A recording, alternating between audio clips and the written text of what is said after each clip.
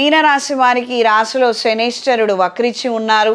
వ్యయ స్థానంలో రాహువు, చతుర్థ స్థానంలో కుజుడు, పంచమ స్థానంలో గురువు, ఆరింట రవి బుధుడు కేతువు, సప్తమ స్థానంలో శుక్రుడు నీచ స్థితి. వివాహపరమైనటువంటి అంశాలలో కాస్తంత నిదానం అవసరము.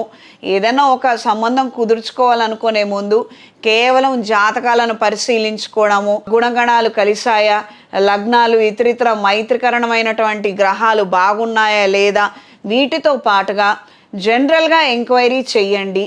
జాతకాలు అవి కరెక్టో కాదో ఎవరికీ తెలీదు. ఇచ్చిన డేటు టైము ప్లేసు కరెక్టో కాదు, అది ఎవ్వరం చెప్పలేము.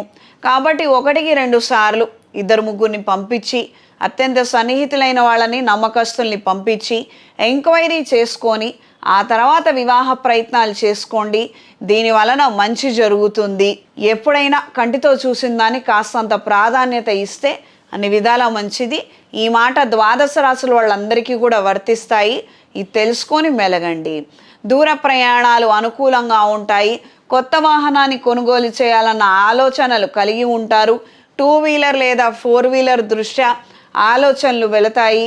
కొంతమంది అత్యంత సన్నిహితులైన వారికి రుణాలను ఇచ్చే అవకాశం ఉంటుంది. రహస్యంగా చేస్తారు. ఎవరికి చెప్పకుండా ఉండటం మేలు అన్న ఆలోచనలు ఉంటాయి. దీని వలన మీరు ఇబ్బంది పడే అవకాశం ఉత్తరుత్తర ఉండవచ్చు. కొత్త కోర్సులు, కొత్త అప్లికేషన్స్ విషయంలో జాగ్రత్తలు అవసరం. మీ వైపు నుంచి తప్పులు దొర్లే అవకాశం ఉంటుంది. ఈ వారం పరిహారం: లక్ష్మీదేవి స్తోత్రపారాయణ ప్రతిరోజు చెయ్యండి. ఈ మాసంలో మహాలక్ష్మి హోమాన్ని జరిపించండి.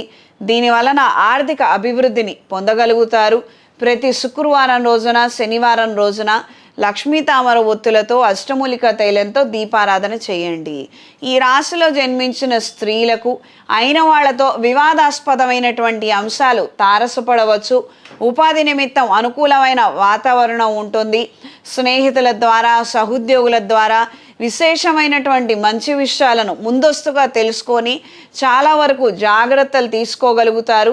దీనివలన పరోక్షంగా లబ్ధి పొందుతారు.